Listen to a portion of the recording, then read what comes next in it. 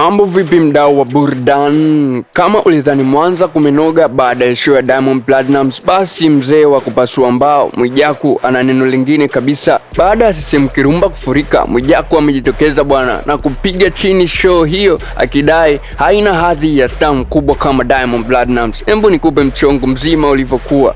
Mwijaku anasema bwana Diamond alionekana mchovu jukwani na hakuwa na ile energy tuliyoizoea, lakini haikuishia hapo tu. Amekosoa pia system ya sauti akisema ilikuwa inaleta kelele badala ya mziki mzuri. Anadai kuwa umati uliokuwepo ulikuwa wa kawaida sana na ufikiri rekodi alizowahi kuweka huko nyuma. Kwa ufupi, Mwijaku anasema ile show haikuwa na jipya, ilikuwa ni marudio tu ya vitu vya zamani.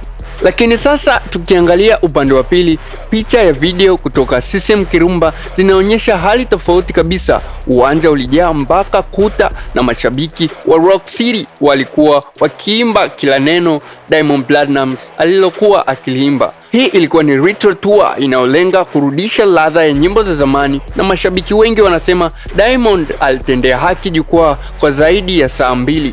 Je, Mwijaku ana hoja ya msingi au ni mbinu zake za kawaida za kutafuta vibe mitandaoni? Tunajua fika kuwa Mwijaku ni shabiki namba 1 wa upande wa pili, ni kumaanisha kule kwa Harmonize, na kuponda mafanikio ya WCB ni sehemu ya kazi yake ya kila siku. Lakini swali linabaki, je, Diamond anaanza kupoteza ile nguvu yake ya zamani jukwani kama anavyodai DC wa Insta? Je, wewe unalionaje hili? Show ya Mwanza ilikuwa ya moto au Mwijaku yuko sahihi kusema Diamond amechoka? Drop comment yako kupitia comment section hapo chini, lakini pia usahau kusubscribe, like, share, turn on notification ili kupata update ya matukio mbalimbali yanayojiri every time. I'm out.